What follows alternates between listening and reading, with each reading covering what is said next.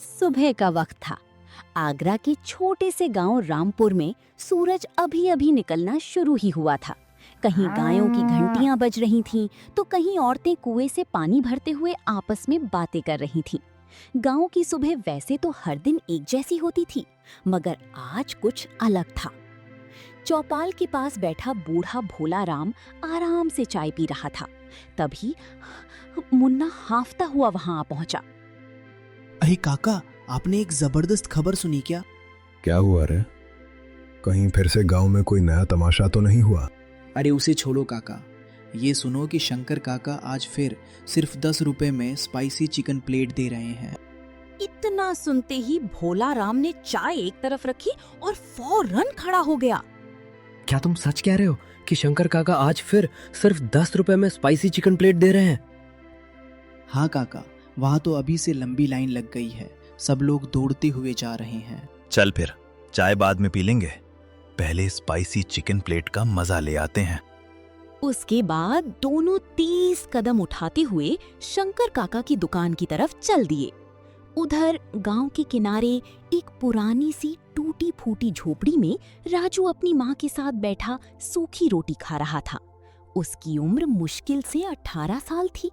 चेहरे पर मासूम सी मुस्कान और आंखों में बड़े बड़े सपने बसे हुए थे। माँ ने अपनी रोटी का आधा टुकड़ा उसकी तरफ बढ़ाते हुए प्यार से कहा, ले बेटा, ये खा ले, कल से तू काम पे भी नहीं जा रहा। अम्मा आप ही खा लो, मुझे बिल्कुल भूख नहीं लग रही। इतने में बाहर से राजू के दोस्त सोनू की जोर से आवाज आई। अरे राजू, ओ राजू, जल्दी बाहर आ। राजू फौरन झोपड़ी से बाहर निकला और बोला, क्या बात है, इतनी जोर जोर से क्यों बुला रहे हो? अरे आज तो मजा ही आ गया। शंकर काका सिर्फ 10 रुपए में स्पाइसी चिकन प्लेट दे रहे हैं। राजू की आंखों में ये बात सुनते ही एक अलग सी खुशी चमक उठी। सच कह रहे हो? शंकर काका आज भी सिर्फ 10 रुपए में स्पाइसी चिकन प्लेट दे रहे हैं? फिर तो आज मजा ही आ जाएगा। राजू फौरन झोपड़ी के अंदर गया और पुरानी अलमारी में रखे कुछ सिक्के निकालकर मजबूती से मुट्ठी में पकड़ लिए। माँ ने हैरानी से पूछा, कहाँ की तैयारी है बेटा? राजू मुस्कुराते हुए बोला, माँ, आज तुम्हारे बेटे की दावत है। शंकर काका सिर्फ 10 रुपए में स्पाइसी चिकन प्लेट दे रहे हैं, मैं भी वहीं खाने जा रहा हूँ। ये कहकर राजू खुशी खुशी घर से निकल पड़ा। गांव के बीच एक पुरानी सी मशहूर दुकान थी। बाहर लकड़ी का एक बड़ा बोर्ड लटक रहा था, जिस पर लिखा था शंकर चिकन। दुकान के बाहर काफी लंबी लाइन लगी हुई थी। शंकर काका मुस्कुराते हुए सबको संभालते जा रहे थे। अरे आराम से भाई, हर किसी को मिलेगा, धक्का मुक्की मत करो। राजू भी लाइन में लगकर सब कुछ गौर से देख रहा था। उसने दिल ही दिल में सोचा, इतने सारे लोग और सिर्फ 10 रुपए में इतनी जबरदस्त चिकन प्लेट, आखिर ये मुमकिन कैसे है? कुछ देर बाद उसका नंबर आ गया। उसने हल्का सा घबराते हुए अपने 10 रुपए शंकर काका की तरफ बढ़ा दिए। शंकर काका ने उसे गौर से देखा और प्यार से पूछा, अरे बेटा, तुम मदन सिंह के बेटे हो ना? राजू ने फौरन सिर हिलाकर कहा, जी काका, मैं ही मदन सिंह का बेटा हूँ। ये सुनते ही शंकर काका के चेहरे पर उदासी सी छा गई। उन्होंने नरमी से कहा, बेटा, तुम्हारे बापू बहुत ईमानदार और नेक इंसान थे। ये अल्फाज सुनकर राजू कुछ पल के लिए खामोश हो गया। उसके वालिद को इस दुनिया से रुखसत हुए 3 साल बीत चुके थे। शंकर काका ने एक गर्मा गर्म स्पाइसी चिकन प्लेट तैयार की और प्यार से राजू के हाथ में दे दी। राजू प्लेट लेकर पास ही एक बड़े दरख्त के नीचे जा बैठा। जैसे ही उसने पहला निवाला खाया, उसे लगा वक्त एक पल के लिए थम सा गया हो। चिकन इतना नरम और लजीज था कि उसकी आंखें खुद ब खुद बंद हो गईं। मसालों का जायका बिल्कुल लाजवाब था। खुशबू इतनी दिलकश थी कि भूख और भी बढ़ गई। राजू धीरे से मुस्कुराया और बोला, हे भगवान, इतना टेस्टी चिकन तो शहर के बड़े होटल में भी नहीं मिलता। राजू की बात सुनकर सोनू जोर से हंस पड़ा। अब समझ आया ना, शंकर काका की दुकान पर इतनी भीड़ क्यों लगती है। राजू ने कोई जवाब नहीं दिया, बस मुस्कुराते हुए मजे से चिकन खाने लगा। दुकान के बाहर कुछ गांव वाले आपस में गुफ्तगू कर रहे थे। एक आदमी बोला, मुझे तो लगता है शंकर काका के पास कोई छुपा हुआ खजाना है। इस कहानी के पीछे बहुत सी मेहनत, वक्त और मोहब्बत छुपी है। अगर आपको यह कहानी अच्छी लगी हो तो वीडियो को लाइक करें और चैनल को सब्सक्राइब करके हमारी हिम्मत बढ़ाएं। दूसरा आदमी भी हंसकर बोला, नहीं भाई, जरूर कोई अजीब सी करामात है, वरना सिर्फ 10 रुपए में इतनी अच्छी चिकन प्लेट कौन खिलाता है। मेरे ख्याल से शंकर काका को हिसाब किताब ही नहीं आता, इसीलिए घाटे में चिकन बेच रहे हैं। राजू दूर से ये सब सुन रहा था। उसकी जहन में बहुत से नए सवाल जन्म ले रहे थे। तभी अचानक एक काली गाड़ी दुकान के सामने आकर रुक गई। उसमें से गांव का प्रधान महेश चंद्र नीचे उतरा। उसने पहले लंबी लाइन को देखा, फिर अपने होटल की तरफ नजर डाली, जो बिल्कुल सुनसान पड़ा था। वो गुस्से से दांत भींचकर बोला, मेरे होटल में तो एक भी ग्राहक नहीं और यहाँ मेला लगा हुआ है।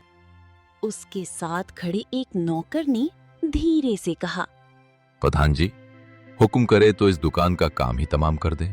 नहीं, पहले असल बात का पता लगाओ। कोई आदमी इतने दिन तक घाटे में धंधा नहीं चला सकता। इतना कहकर वो सीधा शंकर काका के पास गया और मुस्कुराते हुए बोला, नमस्ते काका, सुना है आज फिर सिर्फ 10 रुपए में चिकन प्लेट बांट रहे हो। नमस्ते महेश बेटा, ये बांटना नहीं, हमारा व्यापार है। महेश चंद्र हंसकर बोला, व्यापार? सिर्फ 10 रुपए में स्पाइसी चिकन प्लेट? काका, मुझे बच्चा मत समझना। बेटा, कुछ काम हिसाब से नहीं, नीयत से चलते हैं। ये बात सुनते ही लाइन में खड़े कई लोग मुस्कुराने लगे। महेश चंद्र का चेहरा गुस्से से लाल हो गया। उसने उंगली दिखाते हुए कहा, याद रखना काका, एक दिन तुम्हारी ये दुकान जरूर बंद होगी। शंकर काका ने मुस्कुराकर जवाब दिया, जिस दिन लोगों को भूख लगना बंद हो जाएगी, उस दिन मेरी दुकान भी बंद हो जाएगी। शाम ढल चुकी थी। राजू तालाब के किनारे बैठा ठंडी हवा का लुत्फ ले रहा था, लेकिन उसके जहन में बार बार सिर्फ उस स्पाइसी चिकन प्लेट का लाजवाब जायका ही घूम रहा था। तभी सोनू उसके पास आया और बोला, क्या सोच में डूब गए हो राजू? राजू मुस्कुराते हुए कहा, सोनू, एक दिन मैं भी अपना बड़ा होटल खोलूंगा। सोनू जोर से हंस पड़ा। अरे पहले अपनी झोपड़ी की छत तो ठीक करवा लो, फिर होटल की सोचना। राजू ने पूरी संजीदगी से कहा, नहीं सोनू, मैं वाकई ऐसा होटल बनाऊंगा जहां अमीर भी मजे से खाए और गरीब भी बिना शर्माए अपना पेट भर सके। चाहे मुझे कितनी भी मेहनत करनी पड़े, मैं अपना ये सपना जरूर पूरा करूंगा। राजू की आंखों में उम्मीद और जज्बे की चमक साफ दिखाई दे रही थी। अगली सुबह सूरज निकलने से पहले ही राजू शंकर काका की दुकान पर पहुंच गया। दुकान अभी खुल ही रही थी और शंकर काका चूल्हा जलाने में मसरूफ थे। शंकर काका, ओ शंकर काका। काका मुस्कुराए और बोले, अरे बेटा राजू, इतनी सुबह सुबह, सब खैरियत है? राजू ने अदब से कहा, काका, मुझे आपके पास काम करना है। शंकर काका ने हैरानी से पूछा, कितनी मजदूरी लोगे बेटा? मुझे पैसे नहीं चाहिए काका, पहले मैं आपसे सीखना चाहता हूँ। क्या सीखना चाहते हो? मैं आपसे स्पाइसी चिकन प्लेट बनाना सीखना चाहता हूँ और ये भी जानना चाहता हूँ कि सिर्फ 10 रुपए में इतना लजीज खाना कैसे तैयार होता है। ये सुनकर शंकर काका जोर से हंस पड़े। बेटा, तुम तो दिल की बात सीधी जुबान पर ले आते हो। राजू शर्मा कर बोला, अगर कोई गलत बात कह दी हो तो माफ कर दीजिए। माफी की कोई जरूरत नहीं, मुझे सच बोलने वाले बच्चे बहुत पसंद हैं। कल सुबह ठीक 66 बजे आ जाना। राजू खुशी से बोला, ठीक है काका, मैं वक्त से पहले ही पहुंच जाऊंगा। ये कहकर वो मुस्कुराता हुआ घर की तरफ चल दिया। अगली सुबह अभी अंधेरा ही था। मुर्गों की बांग भी ठीक से शुरू नहीं हुई थी, लेकिन राजू ने नींद से उठते ही सीधा शंकर काका की दुकान का रुख कर लिया।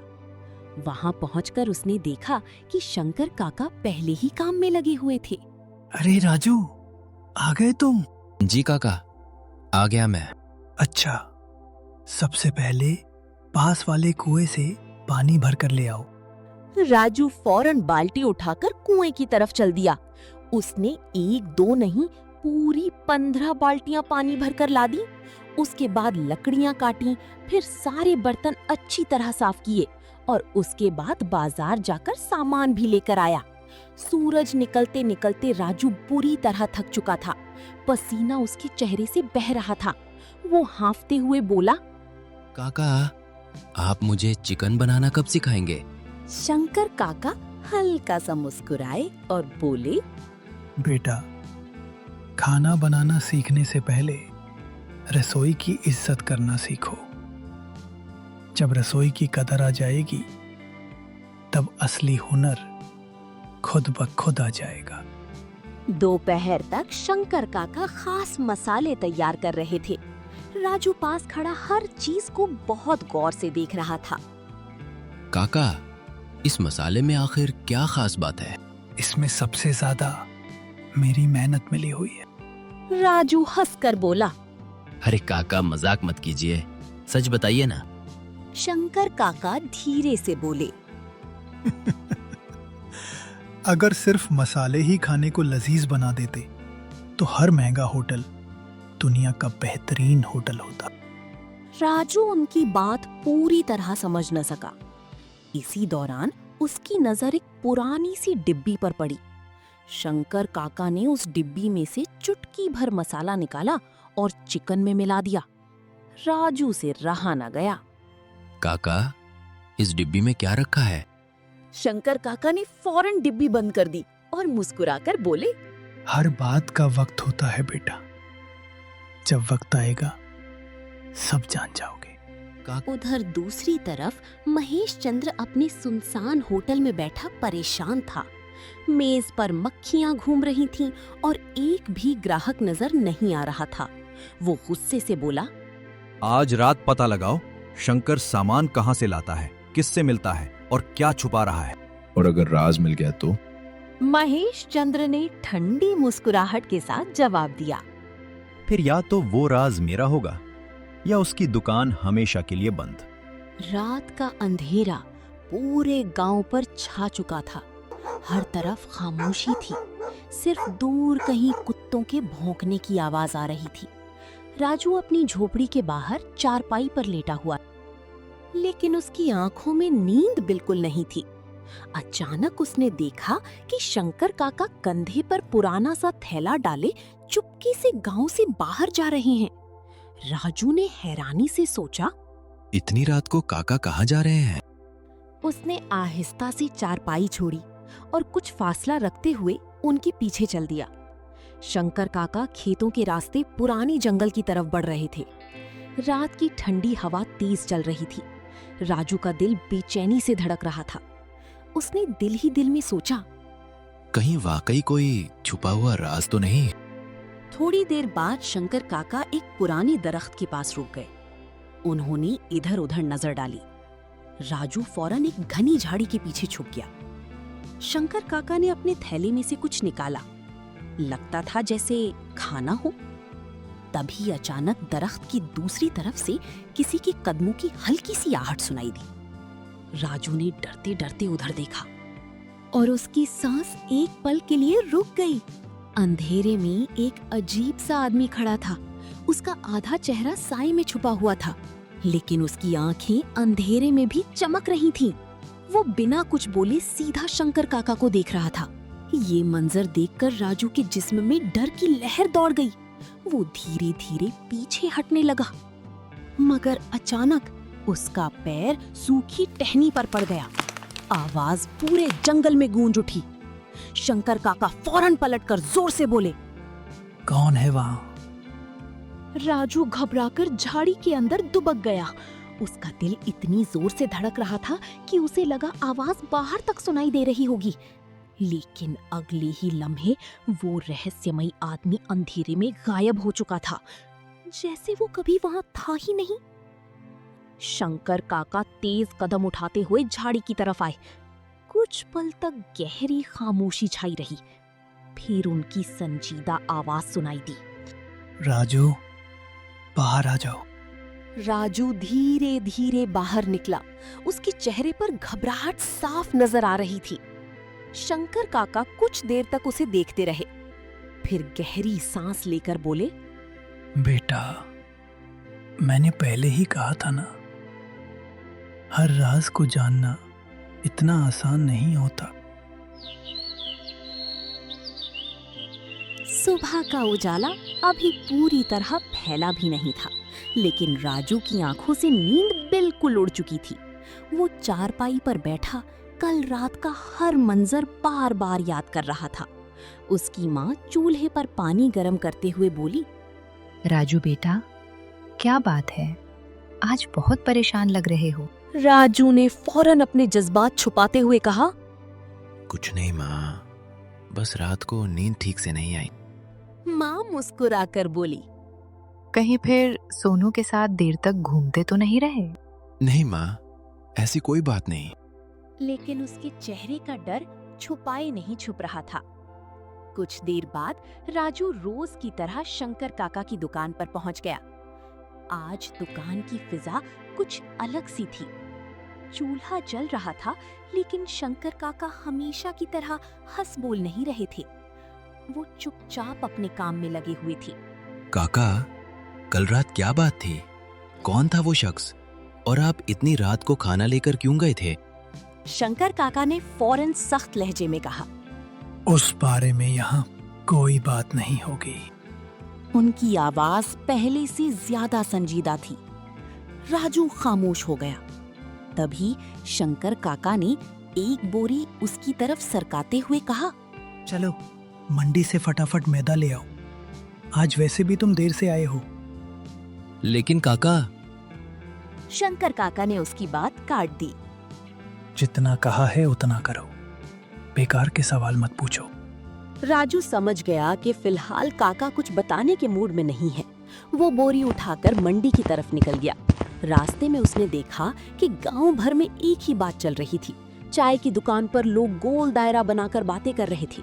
एक आदमी बोला, मैंने सुना है कल रात जंगल से अजीब अजीब आवाजें आ रही थीं। मुझे तो लगता है शंकर काका कोई तंत्र मंत्र करते हैं, तभी तो सिर्फ 10 रुपए में इतनी जबरदस्त चिकन प्लेट खिलाते हैं। राजू फौरन उनके पास रुक गया। तुम लोग फिजूल अफवाहें मत फैलाओ, ऐसा कुछ नहीं है। सबकी नजरें उस पर टिक गईं। एक आदमी मजाक उड़ाते हुए बोला, लो जी, शंकर काका का वकील भी आ गया। सब जोर जोर से हंसने लगे।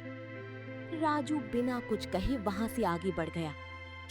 उधर महेश चंद्र अपने होटल में गुस्से से चाय का गिलास घुमा रहा था। इसी दौरान उसका एक आदमी दौड़ता हुआ अंदर आया। महेश ने पूछा, क्या खबर लाए हो? कल रात शंकर काका जंगल गए थे और वहां कोई अजनबी आदमी भी मौजूद था। महेश चंद्र की आंखें सिकुड़ गईं। क्या उसका चेहरा देख पाए? नहीं मालिक, अंधेरा बहुत था, लेकिन इतना यकीन है कि वो हमारे गांव का नहीं था। महेश चंद्र फौरन कुर्सी से उठ खड़ा हुआ, फिर धीमी आवाज में बोला, मतलब कोई ना कोई बड़ा राज जरूर छिपा हुआ है। आज रात हम खुद उसका पता लगाएंगे। दोपहर तक फिर से दुकान पर जबरदस्त भीड़ जमा हो चुकी थी। शंकर काका तेजी से स्पाइसी चिकन प्लेट तैयार कर रहे थे। राजू बर्तन साफ करते हुए बार बार उस पुरानी डिब्बी की तरफ देख रहा था, जिसे शंकर काका हमेशा संभाल कर रखते थे। अचानक शंकर काका बोले, अरे गैस खत्म हो गई। ये कहकर वो फौरन बाहर निकल गए। राजू का दिल जोर जोर से धड़कने लगा। उसने धीरे से वो पुरानी डिब्बी उठाई। दिल में सोचा, आखिर इस छोटी सी डिब्बी में ऐसा क्या है जो काका किसी को देखने भी नहीं देते? उसने आहिस्ता से ढक्कन खोला। अंदर गहरे सुर्ख रंग का एक खास मसाला रखा हुआ था। उसकी खुशबू दूसरे तमाम मसालों से बिल्कुल अलग थी। राजू उसे गौर से देख ही रहा था कि पीछे से एक सख्त आवाज सुनाई दी। राजू, क्या कर रहे हो तुम? राजू घबराकर फौरन पलटा। सामने शंकर काका खड़े थे। आज पहली बार उनकी आंखों में गुस्सा साफ नजर आ रहा था। कुछ राज जितने छिपे रहें उतना ही बेहतर होता है। उसने शर्मिंदगी से अपना सिर झुका लिया। इसी दौरान दुकान के बाहर तकरीबन 10 साल का एक दुबला पतला बच्चा खड़ा था। उसके कपड़े बहुत पुराने और फटे हुए थे। उसकी आंखों में भूख साफ दिखाई दे रही थी। वो हिचकिचाते हुए बोला, काका, मेरे पास पैसे नहीं हैं, बहुत भूख लगी है, कुछ खाने को मिल सकता है? शंकर काका फौरन बाहर आए। उन्होंने प्यार से उस बच्चे का हाथ पकड़ा और उसे अंदर बिठाकर अपने हाथों से गर्मा गर्म स्पाइसी चिकन प्लेट परोस दी। ये देखकर बच्चे की आंखों में आंसू भर आए। लरसती हुई आवाज में वो बोला, शुक्रिया काका, आप बहुत अच्छे हैं। राजू ये मंजर खामोशी से देख रहा था। शंकर काका उसकी तरफ मुड़े और मुस्कुराकर बोले, राजू, असली राज यही है। क्या मतलब काका? शंकर काका ने नरमी से जवाब दिया, बेटा, भूखे इंसान की दुआ से बड़ा कोई मुनाफा नहीं होता। ये अल्फाज सुनते ही राजू बिल्कुल खामोश हो गया। उसके दिल में शंकर काका के लिए इज्जत पहले से कहीं ज्यादा बढ़ चुकी थी। रात होते ही पूरे गांव में दोबारा सन्नाटा छा गया। लेकिन इस बार सिर्फ राजू ही नहीं जाग रहा था। महेश चंद्र भी अपने चंद वफादार आदमियों के साथ तैयार बैठा था। कुछ देर बाद शंकर काका कंधे पर वही पुराना थैला लटकाए जंगल की तरफ निकल पड़े। राजू भी चुपके से उनके पीछे चल दिया। थोड़ा फासला रखकर महेश चंद्र और उसके आदमी भी उन सबका पीछा करने लगे। जंगल के अंदर तेज हवा चल रही थी। शंकर काका जाकर उसी पुराने बरगद के दरख्त के पास रुक गए। उन्होंने अपने थैले से गर्मा गर्म खाना निकाला और जमीन पर रख दिया। ये देखकर राजू हैरान रह गया। उसने दिल ही दिल में सोचा, आखिर ये खाना किसके लिए लाया गया है? इतने में अंधेरे से किसी के चलने की आहट सुनाई दी। धीरे धीरे वही पुरअसरार आदमी सामने आ गया। वो आकर सीधा शंकर काका के सामने खड़ा हो गया। महेश चंद्र दूर एक दरख्त के पीछे छुपकर सब कुछ देख रहा था। वो धीरे से बोला, आखिर आज राज मेरे सामने आ ही गया। कुछ ही पल बाद वो अजनबी आदमी जमीन पर बैठ गया और चुपचाप खाना खाने लगा। वाह शंकर काका, तो ये है तुम्हारा असली राज। राजू भी डरते डरते झाड़ी के पीछे से बाहर आ गया। ये सब देखकर शंकर काका का चेहरा संजीदा हो गया। उन्होंने ठंडे लहजे में कहा, महेश, यहाँ से चले जाओ, तुम्हारे लिए यही बेहतर है। पूरा गांव तुम्हें फरिश्ता समझता है और तुम रात के अंधेरे में किसी अजनबी को खाना खिलाते फिरते हो। ये सुनते ही वो पुरअसरार आदमी गुस्से से महेश चंद्र की तरफ देखने लगा। शंकर काका ने सख्ती से कहा, ज्यादा बकवास मत करो। आखिर ये आदमी है कौन? चोर है या कोई मुजरिम जिसे तुम रोज छुपाकर खाना खिलाते हो? कुछ लम्हों के लिए पूरे जंगल में खामोशी छा गई। फिर शंकर काका ने गहरी सांस ली और धीरे से बोले, ये मेरा भाई है। आज से करीब 20 साल पहले गांव वालों ने इसे मरा हुआ समझ लिया था। 20 साल पहले गांव में एक दर्दनाक हादसा हुआ था। कुछ बदमाशों ने इसे अगवा करने की कोशिश की थी। ये किसी तरह उनकी गिरफ्त से तो बच गया, लेकिन उस हादसे ने इसके जहन पर बहुत गहरा असर छोड़ा। डर की वजह से ये जंगल की तरफ भाग गया। कई साल बाद मुझे ये यहीं मिला, लेकिन उस वक्त तक इसकी जहनी हालत ऐसी नहीं रही थी कि गांव में लोगों के साथ रह सके। गांव वाले इसे पागल समझकर मारते, सताते और इसका मजाक बनाते। इसीलिए मैंने फैसला किया कि ये जंगल ही इसके लिए महफूज जगह है। मैं रोज रात को इसकी पसंदीदा स्पाइसी चिकन प्लेट लेकर यहाँ आता हूँ। ये अल्फाज सुनते ही राजू बिल्कुल सकते में आ गया। महेश चंद्र भी एक पल के लिए खामोश रह गया। शंकर काका की आंखें भर आईं। लेकिन काका, फिर वो सिर्फ 10 रुपए वाली चिकन प्लेट। शंकर काका ने धीरे से राजू को जवाब दिया। जब मैंने सुरेश के लिए ये खास चिकन बनाना शुरू किया, तब मुझे एहसास हुआ कि हमारे गांव में कितने बच्चे और गरीब लोग हैं जो कभी ऐसा खाना खा ही नहीं सकते। बस उस दिन मैंने फैसला कर लिया कि जो भी मेरे पास आएगा उसे सिर्फ 10 रुपए में पेट भरकर स्पाइसी चिकन प्लेट मिलेगी। उस डिब्बी में जो खास मसाला है वो ना कोई जादू है और ना ही कोई तंत्र मंत्र।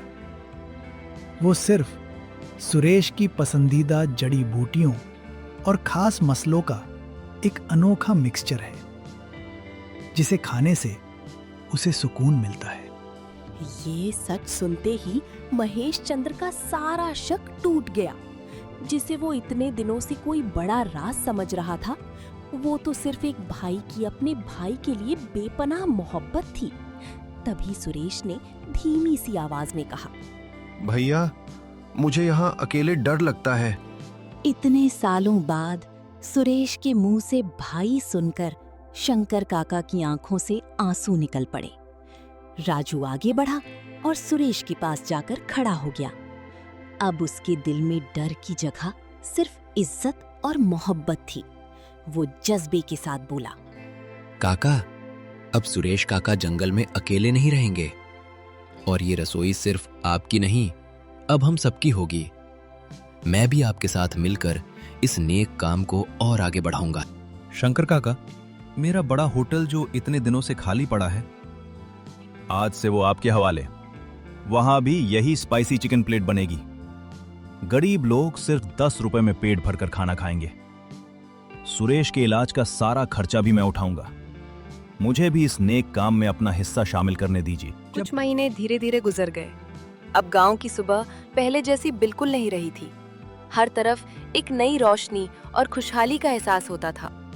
गांव के चौराहे पर पहले जहां शंकर चिकन का बोर्ड लगा था, अब उसकी जगह एक नया और खूबसूरत बोर्ड चमक रहा था।